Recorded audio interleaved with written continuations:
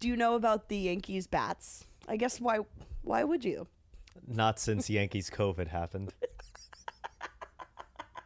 At the Yankees Wuhan market. Nosy Meerkats.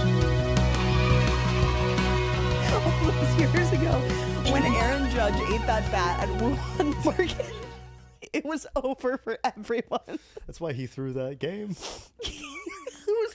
That's why he can't perform in the playoffs. He's too guilty. Yeah. Oh my God, he caused COVID. Yeah, well, imagine this is how he coughs from Yankees COVID. Yankees. Wow. That's really insightful stuff. Yeah. Are you a comedian? No, I'm a documentarian. You're a historian. I'm a historian, yes. Modern historian, recent historian. I was there. You were there? A historian who was there for every time period. Yeah. That's a vampire. Yes. Yeah, literally. That is literally. Oh my God. Could you imagine like an AP US history kid being like, and for my first primary source of my essay, Dracula. He was there. Why does he talk like, oh my God, what is the voice you're putting? Towley. Towley, That's Towley. Yeah. I'm citing Dracula for my essay. You want to get hurt? I think it is crazy that vampires could have just a vampire could have just known Mahatma Gandhi. Like they might have hung out. Yeah. That's insane to me. And vampires can do anything. What I've always loved about vampire media is vampires are so rich because they have no need to stay alive. They can't starve to death. They don't need to buy food. Yeah, so all their resources would just accumulate because they don't need to expend anything because they're the undead. They're so rich. In this show I've been watching, it's called Interview with Hi, I'm Tony Robbins. And for my top tip, become a vampire. I think he could be. Yeah. That sucks. I don't know if a vampire would need to be that large. I don't know if a vampire would need to. I don't think a vampire would choose that. No, he's so big, and he acts like it's not steroids. That always no, it isn't steroids. No, it's like a growth hormone thing that he like has and like dealt with. You can tell. Really? Yeah. No, because like steroids wouldn't make you then taller. But his muscles are like. His bicep is the size of my head. Yeah, growth hormones. So he had a hormonal growth in his body that Yes. led him to look like that. You know how like there are people like there are some people that like have gigantism. Like he had a form of gigantism. But he didn't play sports. He just talked. What a moron. So what you're saying If is I had a body that couldn't stop growing and made me ripped, do you think I would spend my days talking? Yeah, No. I honestly think you would. I honestly think you would. No, I think you'd complain about it. Are you saying? I think you'd be like, and it's so hard. You're calling me a kvetcher? Yes, I'm being anti-Semitic Yeah, right just now. say Joe. Yeah, you're being a fucking Jew. Welcome to Two Nosy Meerkats, Welcome where to Nosy Meerkats. whenever we're complaining, we always just say Jew. Just say Jew. Just say Jew. Jew know it. It's our solo episode. We're back together. We are back just doing solo. How have you been, my dear? How have I been? I've been okay. I got a corporate job. Nice. I know I said I can't talk about the actual like things that happen at the job, obviously, or even close to what it is, but I will say I love being corporate. That's beautiful. It's crazy how much I love it. I'm not funny at all there. Well, actually, that's not true. I'm kind of funny at work. Mm-hmm. One of my jobs is to bring people mail, and whenever I bring people mail, I go, I have a present for you. It's mail. And they think it's Lukas, the way these people think it's so fun. They like they eat it up, and I love them. Oh God. Does that make you sad a little bit? Like, oh my God, this is how starved they are for any kind of whimsy. I think of it differently than I used to. I feel like now when I get off the train and see everyone is like dressed like me in their little corporate outfits. When I was 23, I feel like I thought like, what a bunch of sheep, right? But now I think of it differently. I know how hard it is in this world to make money. And I think, look at us all in our drag, and we're all like working to make a living together. Yeah. I almost think of it as how, okay. Imagine you're one of your employees and I'm you right now. Okay, so, isn't it crazy how we're all just in our little drag? Shut the fuck up. Well, I was wondering if they would be like, oh, like just like so overwhelmed with how funny it is. If I said that we were all in drag, no, they'd be existentially drained by that, Yeah. or they'd be like, "What are you talking about?" Which I mean, that's the whole point of like some costuming is it's supposed to look kind of real, you know? Yeah. Yeah. Whoa. I'm learning whoa. so much. But I have fun. Speaking of costuming, though, Yeah. I think we should talk a little bit about the photo that Trump just tweeted, where he is dressed up as the Pope. Of him as the Pope. You know, a while ago, Trump tweeted, "I should be Pope," or something to that effect, right? And everyone clowned. I think it was the exact words. Everyone was mad. Everyone clowned on him. Guess what? I think he'd be a really good Pope. I have an even further point to make. I think he would thrive in celibacy. I think it would be really good for him. Because if you think about it, he's not someone who operates as if he craves pussy. But he does. No, but the thing is, like, the way he talks about it, where he says, like, grabbing them by the pussy, Yeah. it's more about exerting power Yes. than it is, I have an urge. He's a rapist. He's a predator. Yeah. Yeah. So he's like he wants power He doesn't out seem of it. like he enjoys sex. No, he's not R&B silk shirt about it. Yeah, no. He's not like crying in the rain, you know, like begging, like, please give me even just like a little bit. Yeah. Like that's not his vibe. Let me sniff it. Like, that's not the vibe. no, he doesn't have that about him. No. He doesn't have that dog in him. The only time he does is when it's his daughter. Oh, yeah, he's like repulsively attracted. So to yeah, he'd be a great pope. because he's a pedophile. Yeah, Yeah. that is the logical explanation. Yeah, doesn't it make sense that a Yeah. guy whose only sexuality The is guy who his touches kids is gonna be the Pope. Yeah, Yeah, that makes total sense. Did you watch Conclave? I did. I loved Conclave. Yeah, they're doing it now. They're remaking the movie in Yeah. real life. I know. They were like, "Oh my god, I love the book." Do you think at any point they're all sitting there? They're like, "This is just like that movie Conclave." Oh my god! It's like we're in a freaking movie right now. That is such a good idea. All the cardinals being like, "Oh my god, which one of us is Ray Fiennes?" Oh my god. I want to know which one's the fascist who vapes. Oh, That guy ripped. yeah. He literally ripped vape. That's such a good question. Who is like the most charismatic right-wing dude there? Well, have you seen that they're like likely going to elect the first, possibly the first Filipino pope? Oh, is he? He's not, kind of a cool guy. He seems cool, right? Yeah. He seems like a chill, loving man. So he's not the fascist one. I've heard there's like also some fascist popes, and then there's some chill popes. Yeah. Yeah. Also, when I first watched Conclave, I'll admit, I didn't know what a cardinal was, so I saw it with my very good friend and ex-girlfriend, Sylvie, and I turned to her and I said, "So are they all the Pope?" What did she say? She fucking died. She was like, "You Jew." What are you talking about? Are they all the Pope? I didn't know there was like a level below Pope. I thought a cardinal was Yeah. just like a lower Pope. Well, you know about like priests, right? Yeah, but I don't understand how it is that like associate regional manager vibes, and then it becomes like Pope is CEO and Cardinal is like VP. Now that I incorporate it, I think about this stuff. Yeah, well, no, honestly, yeah. There's levels of hierarchy. As there should be. I think like cardinal is above priest, Yeah. and then fire type beats grass type. Paper beats rock. Yeah. Yeah. Okay. I was talking Pokemon. You're talking nonsense. I'm talking. Oh yeah, excuse me. nonsense. Is there any updates in the Pokemon world? There's not. I don't know. There's not much going on. Yeah. Do you I remember? will say I've been playing Pokemon Platinum on my phone with an Really? emulator, and a lot of times when I'm on the train, people will like glance at my phone and be like, "That's what's up," and Oh, I that's sick. love that. What's your favorite Pokemon to play with? Ooh, my favorite Pokemon to play with. I didn't mean it like that.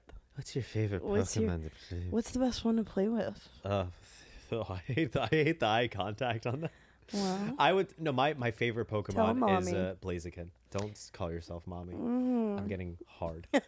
Blaziken. What is Blaziken's deal? Blaziken's whole deal, he's single. He's single. He likes long walks on the beach. Yeah, Blaziken is a dual firefighting type, and he's Okay. basically a kicking chicken. Wow. He's a tall kicking chicken. That's what he does. So he's an actual chicken. Yeah. Okay. Well, no, a Blaziken evolves originally from Torchic, who evolves into Combusken, who then evolves into Blaziken. Okay, I see. Do you think with the evolutions of Pokemon, I have some questions. Okay. Is it like mother and daughter vibes, where like Blaziken is mommy and Torchic is daughter? Torchic. What is it? Torchic. Torchic. Combusken. Combusken. Combusken? I feel like you're Is trying it to teach me Combusken? Russian Yeah. or something. Combusken. Cum bucket? Cum dumpster. You like It's- a Pokemon named Cummy Cum? It's more like toddler, teenager, adult. Okay. Oh. It's more like that. So it's like the life stages, but Life stages of a single life. So when a busty torch cat Yes. sees its little one in the wild, do you think it thinks like that's the younger version of me?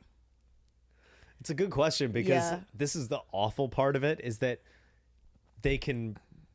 like the baby form, like the smallest evolution, can also breed with any other Pokemon that has a gender, Are there which is disgusting. I have a lot of questions around that. Are there genderless Pokemon? Yes, there are genderless Pokemon. Oh my god, non-binary exists in the Pokeverse? Yes, there are. Like a lot of Wow. steel type Pokemon. Okay. Like Bronzor, Magnemite, they're all non-binary. They have no gender. Do you think there's like a Bushwick of Pokemon? There Like, absolutely is. There's like Pokemon. It's like, Can I tell you? yeah, the steel ones, they're all non-binary. Yeah. Well, can I tell you? I once saw Sunny LaPrade, previous guest in front of the pod, in the wild, and I was looking at her from behind, and it was just like, sort of just clothes and long hair, and just a person walking. So I couldn't tell, like off the bat, if it was. It? It, yes. Yeah. If it was her. And then like I came up like sort of beside her and then I saw her face. I was like, oh, it's Sunny. And I told her, I was like, oh, I couldn't tell if it was you from behind because we're in Bushwick and like there's a lot of There's your a lot of silhouette. you. There's a Yeah. lot of you in this Yeah. area. And I said, you are the Zubat of this area. I remember Zubats from when I used to play You're Pokemon. Yeah. like visually, you are a dime a dozen. Yeah, yeah. And she liked that because she was a Pokemon kid. She's a Pokemon girl. Yeah. That makes total sense. Yeah. So yeah, no, but Pokemon, it's a beautiful allegory, but also disgusting. Yeah. Do you remember like a few years ago when PETA, the animal organization, animal rights, tweeted something like like animals are meant to be free, not like pets, and then it had like a photo of Pokemon, Oh my god. and it was trying to suggest that Pokemon was animal subjugation. They're really going so far because for some reason PETA is incapable of getting their message across. It's so funny to me. Yeah. That's horrible. That's a horrible job. I think the thing that PETA is missing is that they post stuff like that like once a year. That's like, what if you were an animal and sheep were human and sheep ate you for dinner with a side of bread and butter? What if everyone was like, Okay, I sound delicious. grilled human is so good, and the sheep were saying that instead of you, and they think we're like morons. They think we're Yeah. all gonna be like, that would be so crazy. Wait, that would what? suck. Holy shit! I regret everything. And what they're missing is the fact that like we all know it's kind of fucked up to eat animals. Yeah. But They're if- not pulling the wool over our eyes. Oh, you are Mr. Wordplay today. But yeah, no, they're not. I feel bad for them. Can I tell you? I sometimes wonder how excited they were when they got Pamela Anderson. Do you remember when she's a big advocate of PETA, and I just wonder if they were like, no fucking way, we might actually make some headway at last, and they didn't. Yeah, I think that it's so. It's kind of like when my old high school LaGuardia, before they had Timothy Chalamet. Name drop. Before they had Timothy Chalamet as their big alum. Yeah. Their big get was that the teacher from the Breakfast Club, or sorry, the basket case from the Breakfast Club. Oh yeah. Was like teaching there for a little bit, and they were going ape shit. They were like, Ali Sheedy is here. Our school has risen to new heights. She is risen. Yeah. Just not knowing that. Nope. That's like PETA with Pamela Anderson being like, these people are never gonna eat meat again. Yeah. Knowing we got Pamela, they're never gonna eat meat again. Yeah. People are gonna be too horny to eat meat. Yeah. They're gonna be like, whoa, look at her knockers. She got them from the cauliflower. I regret all my ways. Got them from cauliflower. And for the record, I love cauliflower. Have you heard like the old wives' tale that eating cabbage would actually help your development? That's like a thing in Eastern Europe. No. That actually like Eastern European like moms will tell their daughters like, oh, you should eat cabbage if you want like more curves. I've heard this. So it must be true. So it must be true. Yeah. I have a question about the old wives' tale element of this. Okay. What is an old wives' tale? Do wives? Okay, wives are bored. Okay, yeah. So first off, wife, they got to be bored. Yeah. Then they got to get shopping. so old. Yeah. They got to get decrepit, and then they're like 40. And yes. Yeah, that's ancient. Yeah. Yeah, exactly. And so they get bored, they get old, and then they're like, I'm gonna say some weird shit about the crust of your toast. Yes, that's right. Maybe they're going through psychosis because they're just in their house all day. Yeah, they're like, fuck it, I just want to be like a little mischievous, you know? I want to spread some shit. So it's all old wives' tales are just like rumors. Yeah, it's all rumors. Oh, that rocks. Yeah. The cabbage helps. I think a lot of... It's just rumors that also yeah. help them with their day. Like, they don't want to clean off a plate, be like, oh, you should eat more of your cabbage or your toast. It's gonna help you out physically make in a way. You big and strong. Yeah. There's a South African legend that I learned about when I was little, which is that if you white people belong here. Yeah, there's this legend that apartheid is great.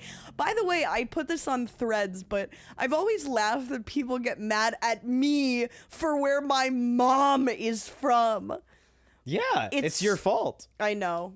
It's just so funny to me that people think that like before I was born, God was like, okay, you're going to pick where your parents are going to come from. And I was like, okay, let's have dad from California, like simple, straightforward. Mom. Yeah. Can she be from somewhere like racist? Yeah. You're like, it's like creating a dish. Like, I'll add some dill. I'll add some racism, please. Yeah, exactly. And, you know, I hate to say it, a lot of the white food in South Africa is not very good. Oh. You'll be shocked to hear that the food of the colonizer is not that great. Wait, tell me actually what white South African food, like what dominates that food space? It's just very similar to, it's a lot of just grilled cheese, burgers. It's like kind of Americanized, honestly. Okay. You can get like French fries. There's some like curry. Yeah.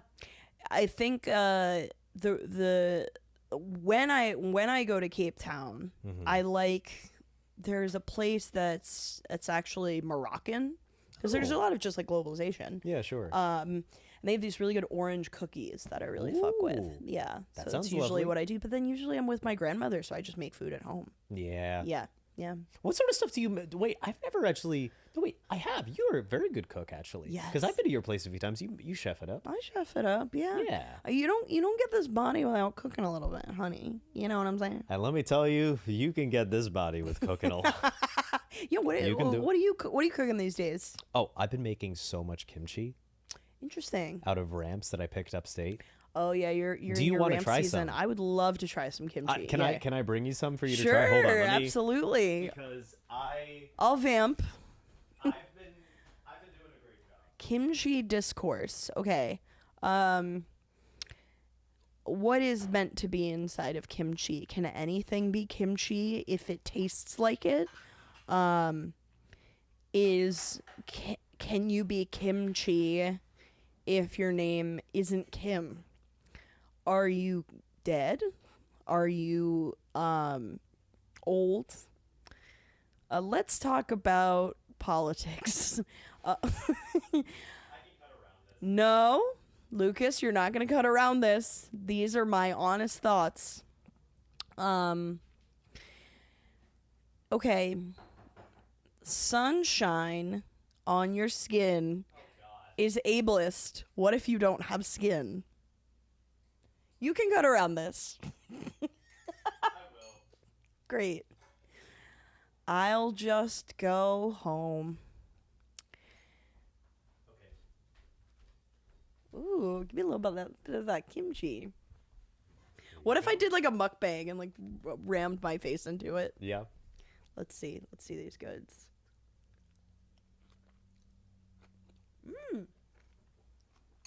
Chew away from the microphone. Yeah. That's good. Thank That's you. Nice and spicy. Oh yeah. Now, what's the recipe? Okay, so I make a paste out of first I do a rice porridge that is made out of glutinous rice flour and sugar in equal parts with a lot of water. Boil that up into it honestly looks like a bowl of cum. I'm sorry, but it actually does look like that. So you make your cum, and then you add gochugaru, chili flakes, then blended up ginger and apple. Wow. That's what I'm tasting that's so kind of sweet. Is that apple? Yeah, there's a sweetness to it. Is there any like fish kind of? There's fish sauce as well. Yes, that's what I. And that's the what I last also ingredient. taste. Yeah. You should add the fish sauce. Yeah. And then you put it in a jar and you burp it every day. You open the jar to allow the gas to escape. And after about 3 days, it'll start like creating lots of bubbles, and that's how you know that you have created life. That's how you know that you've gotten the good bacteria in it. This is really remarkable. I thought I was just going to taste it, but I'm eating this whole bowl. Oh no, I have a jar sitting on my counter because of just paste, because I that's all I got around to making yesterday. But after this, I'm going to be salting a lot more kimchi because I still have so many bags of. You're going to be ramps. assaulting the kimchi? Yeah, I have to assaulting. Yes, You're admitting to that I'm admitting to on it. camera. Yes, All right. I will assault a plant. It's fine. It doesn't have feelings. No, but I have tons of ramps in my fridge, and so I'm going to be salting more. Oh, so good. And then once it's salted, then I'm going to be mixing it up with the paste and putting it in the you get the jars. ramps from upstate. Yeah. That's so. It was so good. It Yeah. was honestly like, it was just such a joy of a weekend. Just fresh air, sunshine. It was the best. Yeah. I did get a tick bite though, which sucked. Oh, that's too bad. It's all right though. It's Yeah. like I've been keeping an eye on it. It's like right here, and it didn't create a ring. And I saw a doctor over telehealth. Okay. A little video appointment, and she was like, "No, I think you're going to be fine. Just keep an eye on it, but like I Yeah. think you're going to be good." Oh, that was an interesting discourse I got into, I believe last night. Oh. Some friends and I were talking about is Lyme disease. Islam disease? Lyme disease? Yes, Islam disease. We're talking about these Islamic people. Is it a disease? Who can say? I would say no. I think they're really great, and I love them so much. Great start. And you can't cancel me. You can try, but Lyme disease, is it real? Because Yes, it is. I think absolutely yes. But people. No, I know plenty of people. My dad got Lyme disease. Like a neighbor that like we have upstate, like he talked about his Lyme disease. How like every now and Yeah. again his face still gets paralyzed. I think it's very real. Like No, there's no. It's not. Yeah. It's not a question of if. It is real. But there's conspiracy theorists who believe that it's basically like another version of Ozempic to these celebrities, where it's just like people getting like What? absurdly. I'm so wait. Are you being serious? That Yeah. there are people that think that Lyme disease isn't real? Well, they think it's real, but they think it's not that bad, and that celebrities use Lyme disease to cover up whatever else is going on with them. But I don't think that's true. I don't think that is true either. Yeah. Yeah, I mean, there's a lot of easier things to use as an excuse why you can't go places. Yeah, you can just say, "Oh, she's resting." Yeah, you could That's be a like, big thing with celebrities. Oh yeah, she's resting.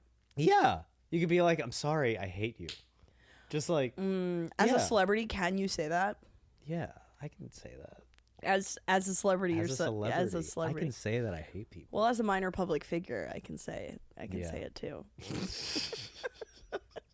Can I tell you something that was really sweet? In the park yesterday, I was taking a little walk, and then this woman named Melinda approached me just to say, "Hey, excuse me, I think you have a beautiful voice."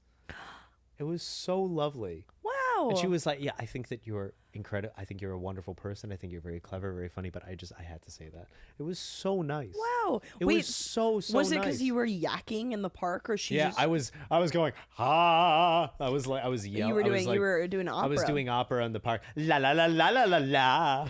Yeah. Red leather, yellow leather, red leather, yellow leather. She was like, "Thank you." Yeah, she loved it. People famously love when you do vocal warm-ups in the park. Exactly. Yeah. We are just doing a Louis C.K. bit where he's talks about like how annoying it is when someone does that on the subway. Oh yeah, where so much of life unfortunately is a Louis C.K. bit. Yeah. Because God, that guy is a good comic. Nobody likes the truth. Nobody Yeah. wants to know about it. It is what it is. It is. Well, that leads nicely into a new segment I'm starting. Yes. Lucas, this is called the Discourse Wheel. That's beautiful. Let's do it. The reason I started this segment is because I feel like every week I come in here with some like brain dead take from queer Twitter that I want your opinion on, and you're like, I don't understand what any of this is.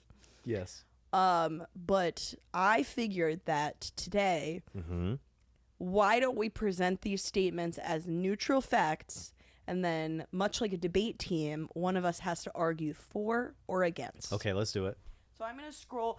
This is how I have my phone right now, where I have a note where it's like, so this is the way that this note looks. It's empty. Yes. And then you can scroll, and one sentence at a time will come up. So it's random. Okay. All right, so what do we have first? All right. This is for you. Okay. There's been discourse. There was a post recently where it was a before and after photo of a man, and the before photo he was like in decent shape but a little bit of chub, and then the after he was like ripped, shredded, like all muscle. Okay. And someone put up a poll, women, which version of this guy do you like? And most of the women liked the before, where he was a little bit chubby. And a man tweeted, "Women, why do you guys lie about this? There's no reason for you to lie." And the discourse is, women are lying about liking chubby men. Ooh. I need you to argue why that's true.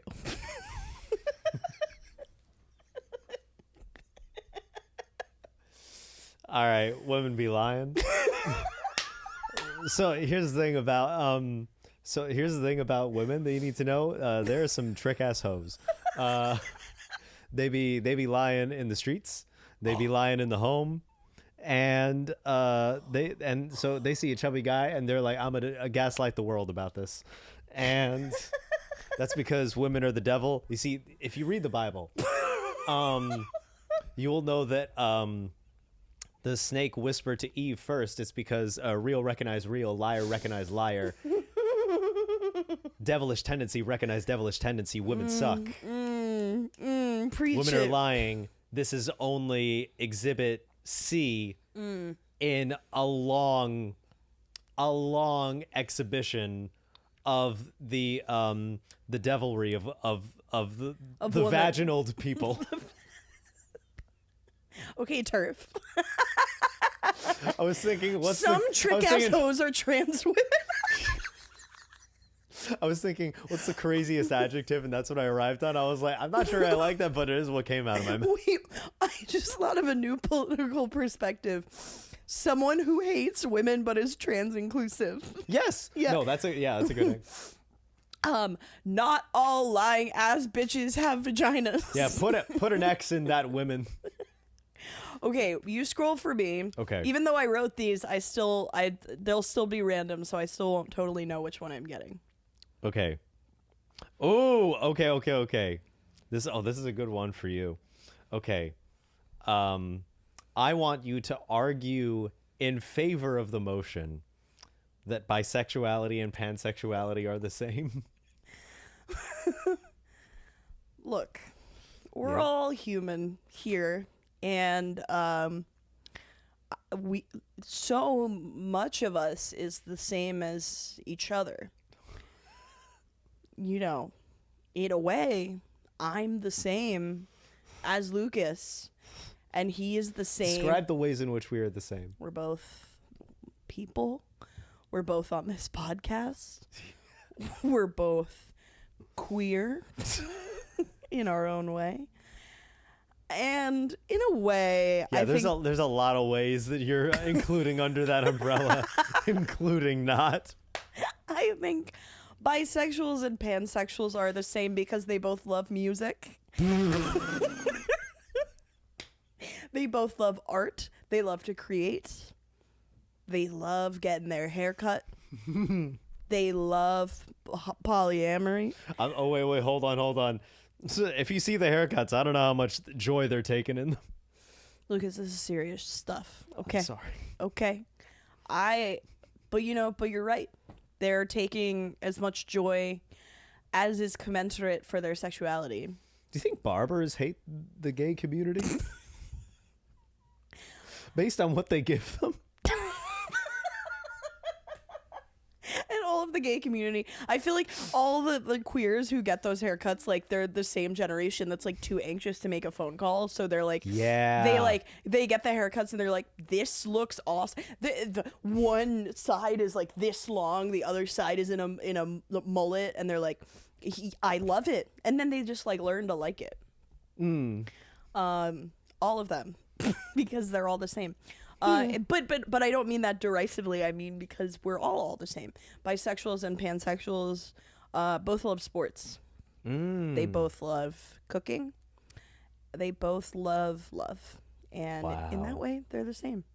Wow. Yeah. That is, you really did something. Thank you. Yeah. This is fun. Oh, okay. There was a big discourse about asking people not to use their phones on speaker in public. Yes, okay. And someone crazy commented, that's because quiet is bourgeois. Whoa. Quiet in public spaces is wealth. Wow. And people were arguing for and against that. Lucas, I want you to argue that asking people politely not to take phone calls on speaker loudly in public. I want you to argue why that is a bourgeoisie ask. Okay, so asking people to not make noise is so bourgeois because what if I fart? What if I fart and it's as loud as a conference call?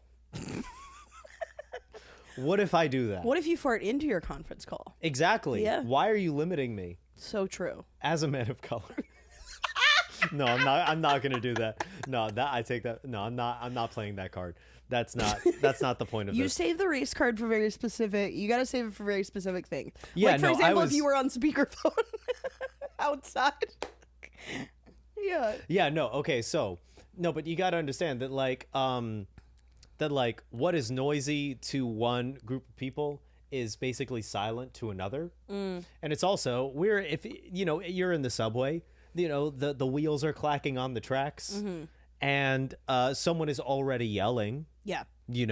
There's already someone who's like taking a shit on the subway train and yelling while he does it. Yeah.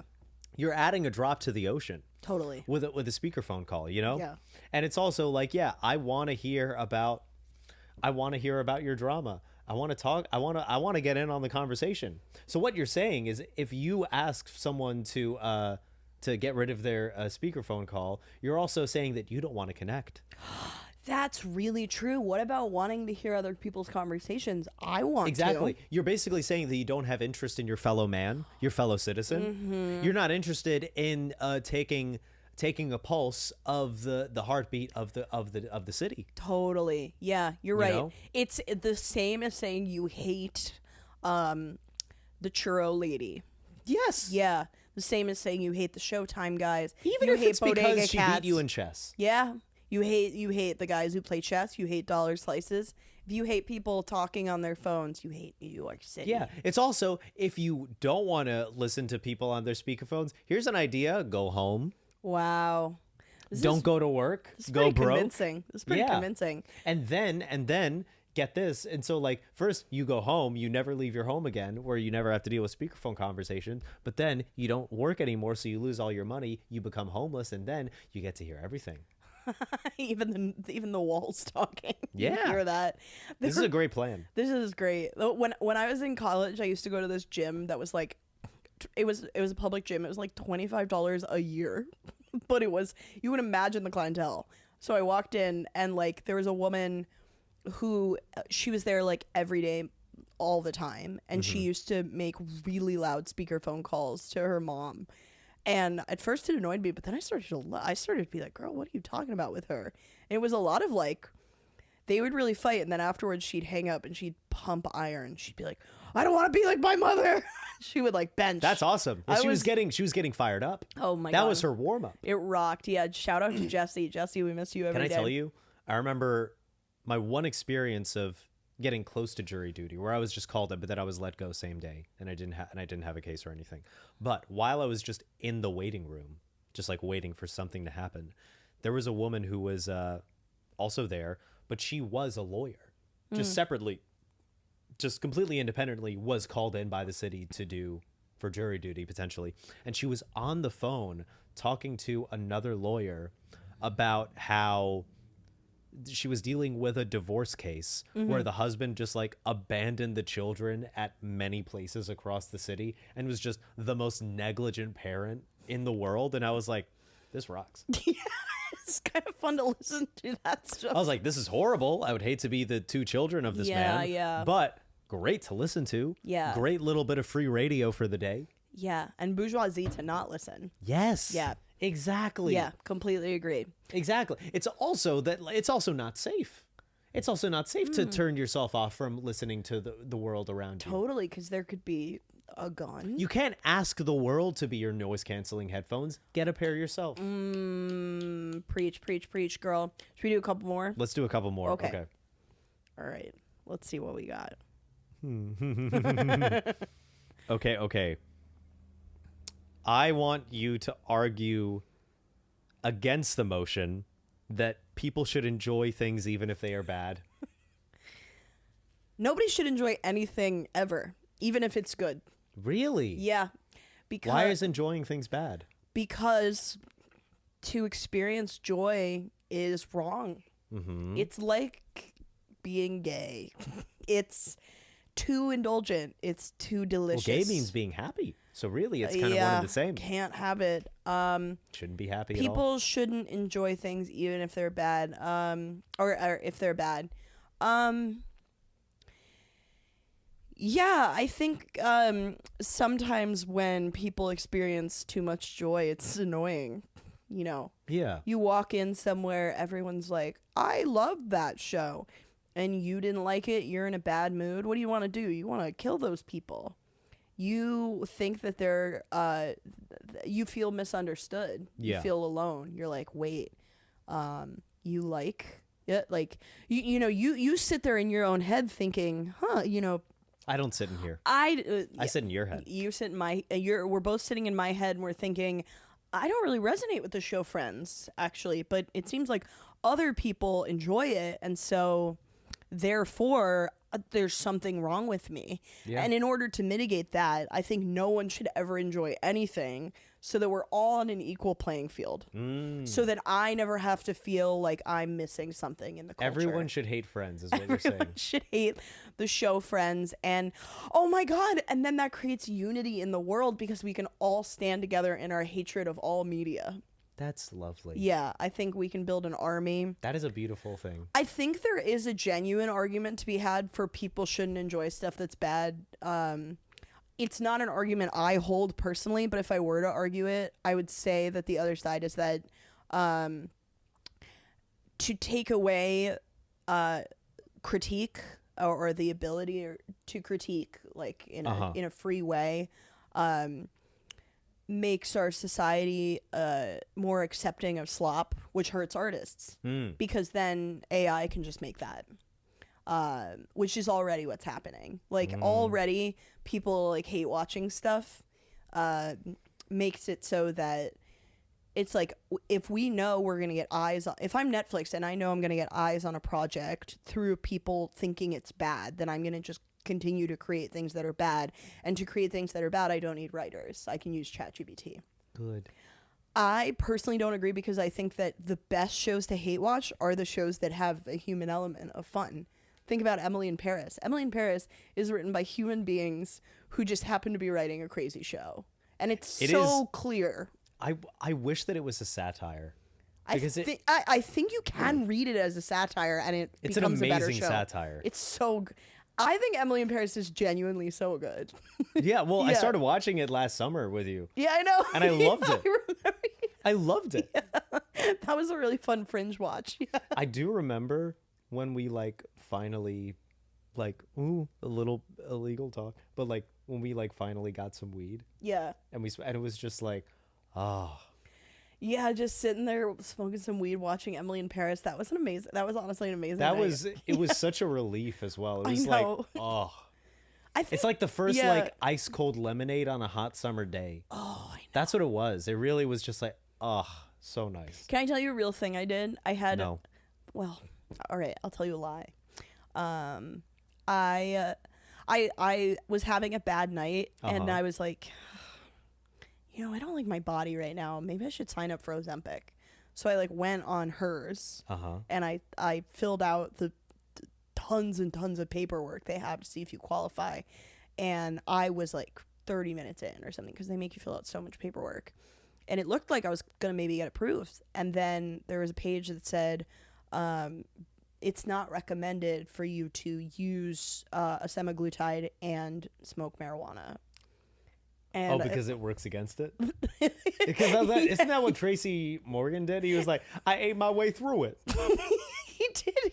He out ate Ozempic. Yeah. Yeah. But it also, I guess it's something with the central nervous system. It's like a depressant and with an appetite suppressant. I think that's, I don't know what the science is there. I do know I looked at that and I closed the page. Yeah, that sucks. I was like, this is so existentially draining, the idea that and it really led to me feeling like the desire for extreme thinness in women that sometimes I feel in myself. I'm like, I wish I were thinner.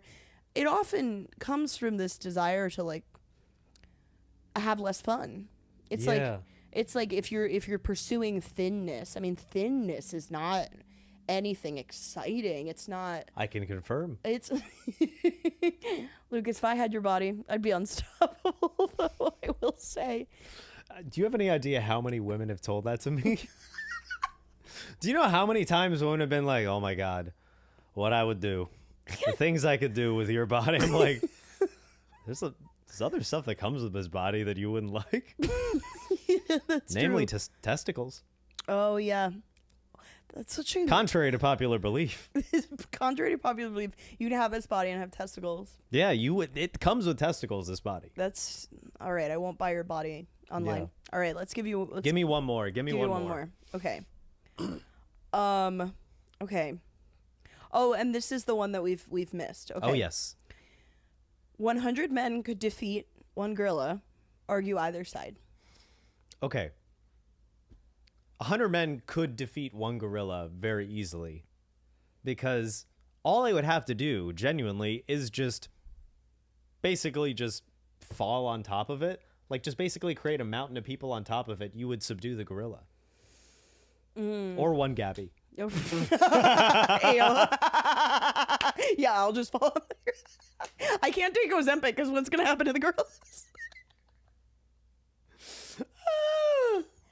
You know what your lovely girlfriend told me before she left? Oh, yeah? We were talking about this gorilla discourse. Yes. And I asked her, I was like, what do you think? Yeah. And she said, 100 men could defeat one gorilla if they coordinated. But can men coordinate? She said realistically, in order to actually create a plan, there would have to be a woman there. That is... Your girlfriend's a genius. That is the most big-brained answer. It really is. God damn, I need to like, that's a great answer. Yeah. Jesus, she really is so smart. Because all of those men would just run at the gorilla, and the gorilla would throw them off one by one. Absolutely. Yeah. And it would be this male urge for each. Every single man would think that they would be the one to like... Yeah, you're right. Yes. that they would defeat the gorilla, and then the gorilla would just You also need some men to take it for the team, and no one's going to volunteer to do that. Right. Yeah. So it needs to be a plan where, like, you know, a woman says, okay, you three get the legs, you three get the arms, you three stand guard. You 90, just look pretty. Just look pretty over there. Fucking, yeah. Because 100 is a big number. It's a lot of people. I think that's why it's such a juicy discourse, because it's a... Do you know what? Okay, well, now there's even more social dynamics to it, which is like, would it be like, because still there's a vast majority we haven't even gotten to. Mm-hmm. And I'm wondering if they would fight their way to try to actually get more of the glory, and their ego getting in the way of anyone achieving victory. Oh my God, it's Survivor. Yes. Yeah. Yeah, it's really about leadership dynamics. If there's not a charismatic leader at the helm, the gorilla wins every time. Yeah. I mean, we've forgotten a big component of this too. What if this gorilla is not a fighter? What if it's peaceful gorilla? What if it's sleeping? What if it's dead? Can 100 men fight one dead gorilla? What if it's just very old? A very old gorilla. Because that happens. They get like old. Like the Mike Tyson Jake Paul fight. Yeah. Where Mike Tyson was like so old. Yeah. Okay. Imagine like one Mike Tyson versus 100 Jake Pauls. It would just be a different win in a horrible way. That's so sad. Yeah. 100 Jake Pauls versus a really, really old gorilla. Yeah. Yeah. But, you know, it really is true that, like, let's say it's a gorilla, like, in its prime, and there's 100 men there, and they're all clones of Jake Paul. They're losing the battle because Jake Paul is a crazy egomaniac. Yes. He would not... Ooh, that's interesting. Would victory for the human side be more certain if there were even fewer people because there would be less infighting? Well, that leads to, can a larger society ever come together and organize, which is an argument that many political theorists have been talking about for some time. Yeah. It's like... Do you know what's crazy? I actually saw a YouTube video from the account Vsauce. Do you know Vsauce? I don't. It does a lot of sort of scientific social experiment stuff. And something that they found was it's sort of the phenomenon of crowd wisdom, where like if you have a jar of like jelly beans, and let's say you do, and you ask everybody, like a whole crowd of like 1,000 people, to guess, and you have to make sure that they don't speak to other people. It's just them looking at it and eyeballing it and just giving their honest opinion. If you collect all the results of what they have all guessed, the median will be really accurate. So it's a weird thing where a crowd, like the average of the crowd, is actually very wise and very close to the answer. But if they speak to each other and then their gut instinct is overruled by them trying to achieve a consensus, then the wrong answer is reached. Yeah. Well, that's because social dynamics in that way don't make sense. Like, if like one of the people is really hot and charismatic, and let's say there's 300 beans in the jar, but the hot person is like, there's 8,000 beans in that jar. Everyone's just going to agree with that, with whoever they are. And it's like, it's so funny to me that everything in our minds, like, we are able to reach a lot of really accurate conclusions, but when we get tied up in like love and lust and trying to impress people, like all of that becomes illogical and stops making sense. So wait, what's your take on the 100 men versus one gorilla. I think your girlfriend's completely right. I Yeah. think it's really about organizing. I think if the question is could they defeat one gorilla, yes, but I think would they? Most likely no. I think most likely they would coordinate the effort improperly and lose to the gorilla. Yeah. Yeah. But is it so but also there's like no weapons, right? Like no knives. It's like just with their bare hands. No, they get AKs. Could one gun defeat one gorilla? Yeah. Yeah, I'm gonna go with probably not is my answer. I don't think 100 men could defeat one gorilla. Yeah. 100 non-binary polyamorous people. How many polycules? How many polycules does it take to defeat one gorilla? One gorilla. The polycules would start infighting with each other. And then, yeah, nothing would get done. Do you think there's a polycule war somewhere like the Jets and the Sharks?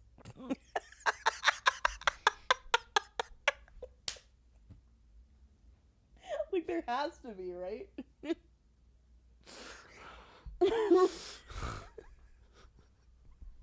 Just an honest rivalry? Yeah, someone's out there like, listen, you don't stick to the Bettys, okay?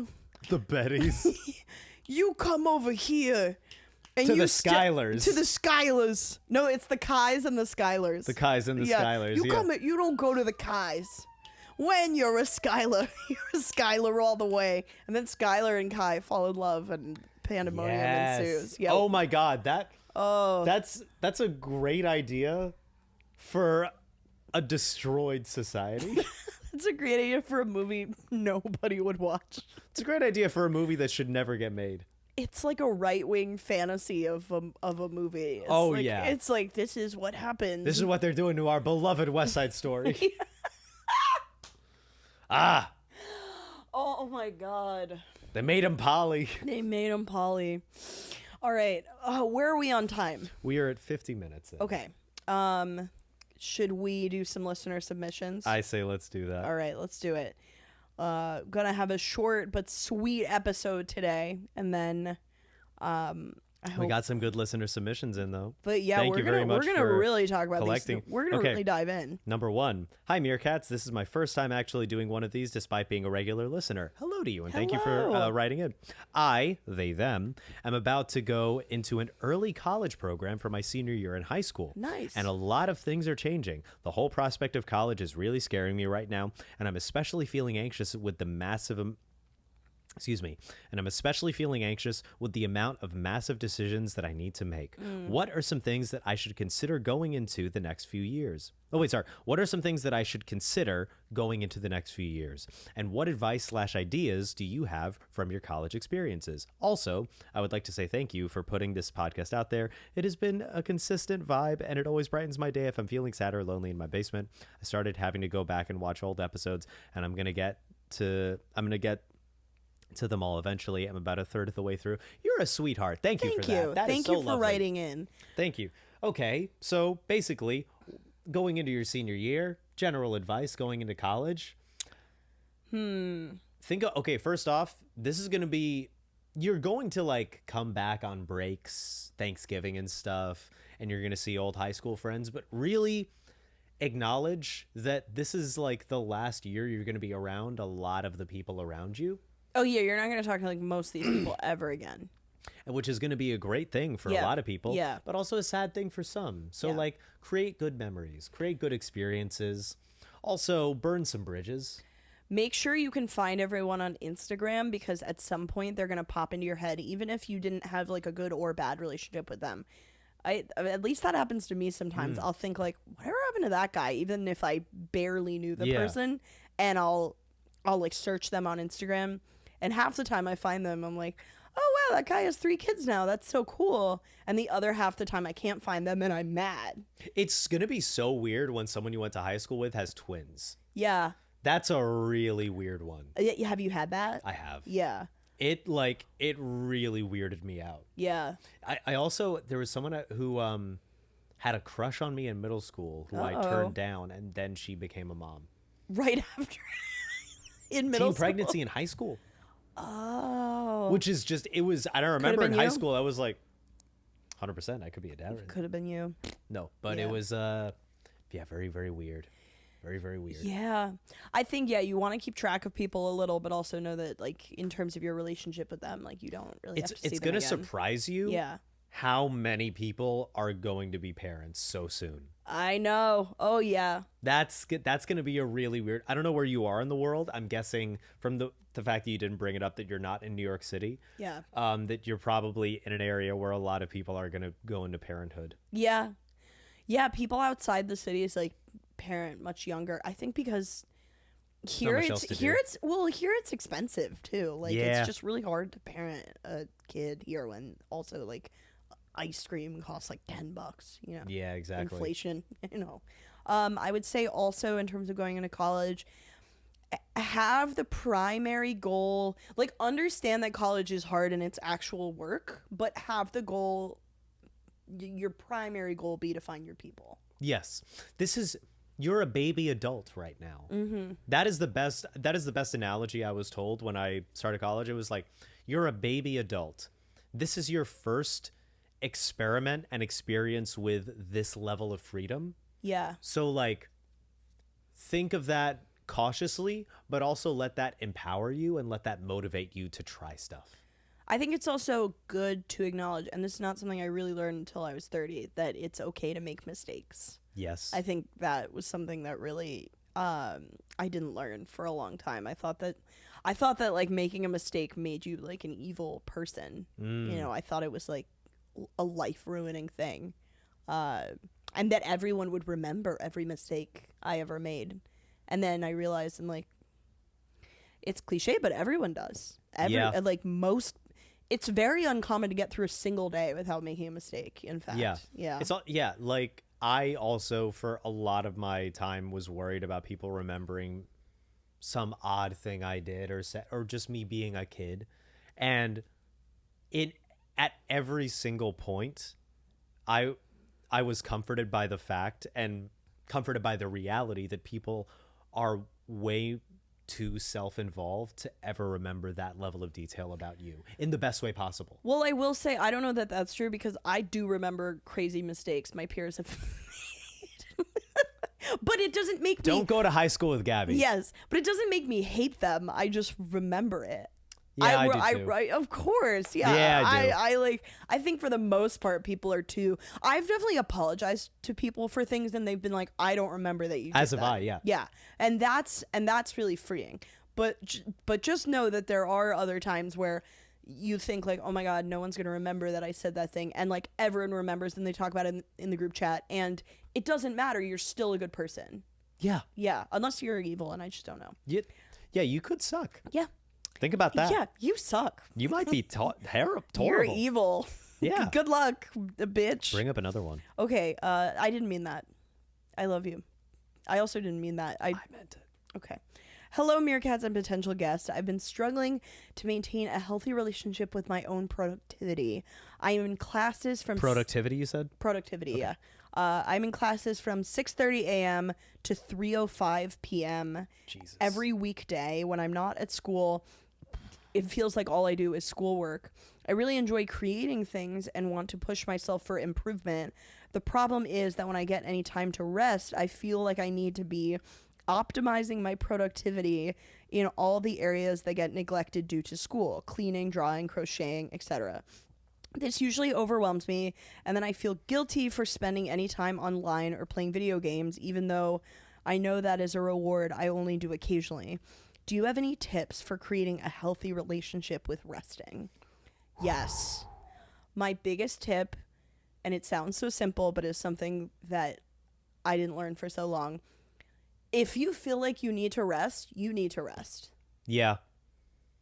Anything in your body that says, I need to lie down is a voice that should be listened to.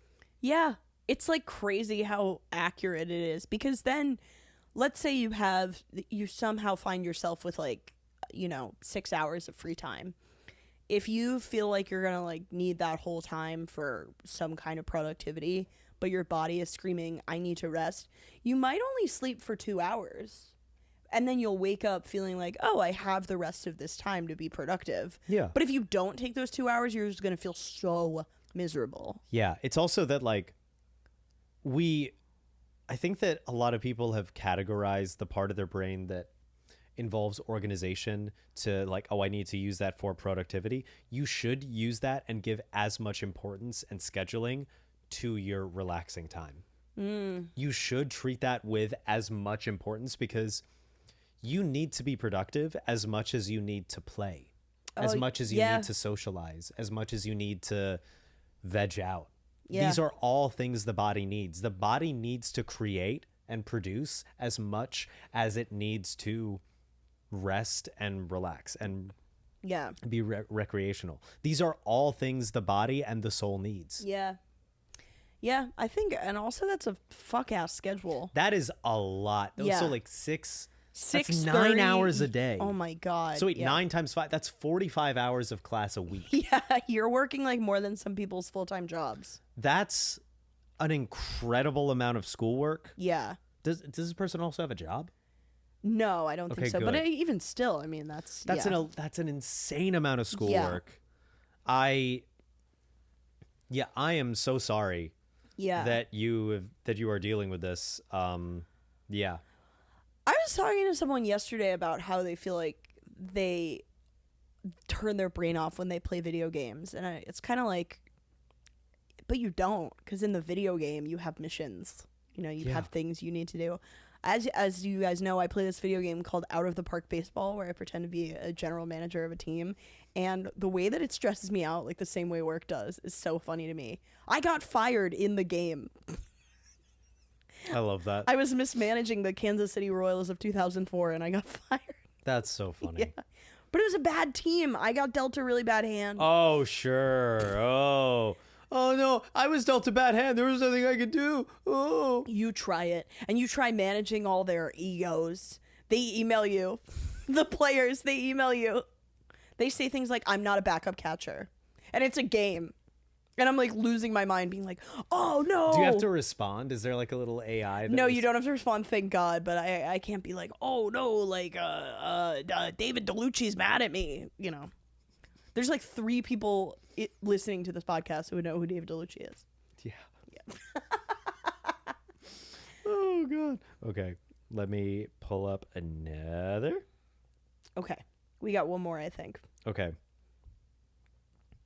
Oh God. Okay. It's a long one. Yeah. Okay. Hi, Mere Parents. Long-time listener, definitely not a first-time submitter. That doesn't sound right, but I'm going with it. This is a bit of a long one because I have a lot to complain about. I need advice on how to get back at a coworker, either by petty things or by actually reporting her behavior. I'm 18, and I've worked as a hostess at a restaurant for the last few months, and for the most part, it's been a really good job. My coworkers are friendly, and the communication and atmosphere is good. That is unless, I'll call her Joe, Joe is working with me. Excuse me. This woman is a grandmother, and she worked at Waffle House for 15 years, and she used to be a host at the restaurant I work at, but now her position is somewhere between host and manager. Mostly what she does is walks around and interrupt people's meals, and then she comes up to the host stand, grabs onto the little iPad like Rose to the fucking door, and starts barking orders at me when I don't need her help at all. All of the servers know she doesn't like me specifically because she complains about me to them. In front of me and behind my back, she'll talk about how I'm so bad at my job, and it's my fault that this and that are fucked up today. I'm good at my job. She blames every mistake she makes while having her iron grip on the iPad on me and yells at me in front of customers over small mistakes that she makes more often than I do. I work with her often since I'm one of the only hosts that isn't a minor, and in school, I have never gossiped or spoken a negative word about this woman to anyone, and I've always been as kind as I can be towards her. But now I'm close to quitting because of her. I was openly crying in front of customers last night because of her. Reporting the things she does doesn't seem like it'll do much because the boss and other managers and everyone in the restaurant knows that Joe has it out for me specifically, and no one does anything about it. The pay really isn't good enough to put up with Sorry, the pay really isn't good enough to put up with her for much longer, so quitting is very tempting. Please let me know any advice you have and any fun things I can do to spite the old hag. Thank you. The old hag is so good. Well, it sounds like you are good at your job. Yeah. Or at least competent and at least undeserving of this attention.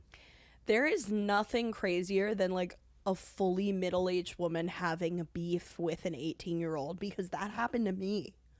I was in a play when I was like 17, and to call it like a Nepo baby thing is a stretch, because it was truly like this one-off tiny production that my dad was putting on. He was like, I need a kid in this, and I'm not gonna freaking go on Actors Access to hire a kid when I have like a perfectly competent kid at home. Yeah, sure. So, but it wasn't like I wasn't gonna get famous out of it. It was like a small event at like a private club.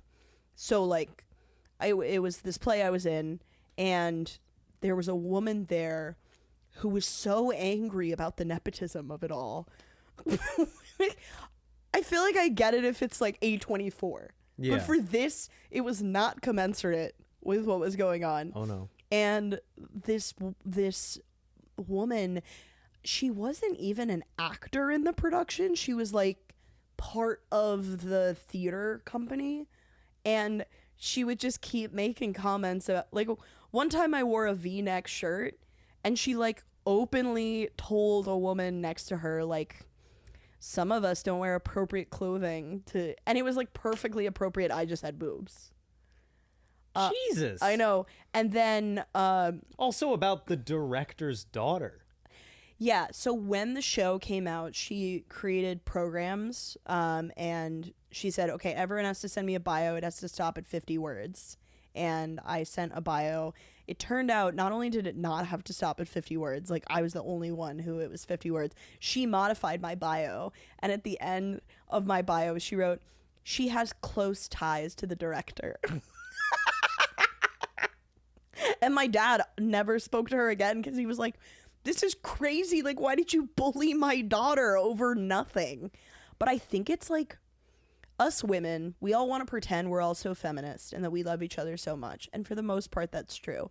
But there is a certain jealousy when you get older about Youth. You it's like the substance. It's like how in The Substance the two hate each other even though they're one. It's like both of them have this rage at the other. The Demi Moore's character has the rage at the younger one, obviously, that she gets all this attention and she looks this way. And the younger one has this rage at the older one that she can't keep herself together, that she can't just like, you know, tighten up and like and stop like eating everything and stop throwing fits or tantrums. And they don't understand the other's perspective because they're not there. And I think that happens with like older women a lot, where they see someone younger and there's like a rage, there's a jealousy. Anyone who socializes as a woman will have had this experience. A much older woman who is an adult, like fully beefing with you. And because you are 18, you think it's your fault. You think you did something wrong. It is never your fault. That lady should be in therapy, has bipolar disorder probably, and needs to get it checked out. And it's not your fault. Yeah. This is not your fault. I really want you to bring this up to a higher up. Because this is like impeding your work. I think you should fuck her husband. Ooh. Personally. You think she's married? Oh, you're right. I think you should fuck her neighbor, who she secretly pines after. Definitely find out who she's into, and then... And then fuck that person. Yeah. Every day do like a perp walk by her house in booty shorts to show off your body. Wow. That's a great idea. Yeah. I was also thinking you should just be like passive aggressive about her outfits. Yeah, just be like, Oh, I love that shirt. That was so 2009. oh, what about bringing in some retinol and be like, you know, this worked wonders for my mom. Ooh. Just find her insecurities and like play them like a fit. She will actually crash out in such a way that like she will be fired. Yeah. Make it so that she fucking loses her shit. Just ask her about her skincare routine and then say, why? Why would you choose that? You think it's working? Just write a number. Be like, really good Botox clinic down the street. Really cheap too for people who can't afford it. Or just like, it's really cheap, which, never mind. There we go. Yeah.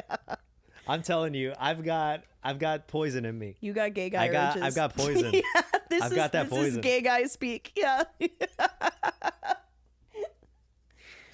Oh, you got to think like a gay man. Yes. As an 18-year-old girl, that is my biggest advice to any 18-year-old girl. Excellent advice. Think like a gay.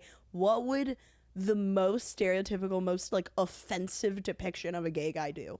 Act like that. That was wonderful. Yay! That's our episode. Join us on Patreon. Where we're gonna play more of the discourse wheel. Otherwise, I have a good amount of shows coming up. I'm putting together a special sort of birthday thing coming up that I'm going to be announcing soon. But otherwise, June 27th, Laura High and I are going to be in Emmaus, Pennsylvania. I have other shows on my website. Sign up for my mailing list. That would be the most helpful thing, where I can let you know when I'm going to be in town. My friend John Franklin and I are going to be coming at you with some new tour dates. It's going to be cool. Hell yeah. Yeah, what about you? As you know, I'm releasing my special. I just got the rough cut back, and I put some notes on it, and so we're gonna have a final cut soon, and gonna release it on YouTube, hopefully on Spotify if there's a way to do that. And Meerkats listeners, I would really appreciate your love and support for it. This is years and years of work I put into the special. Lucas did an amazing job hosting it, and it meant a lot to me if you watched. Yeah. Such a fun show. Thank you to our listeners. We've been two Nosy Meerkats. See you next time. See you next time.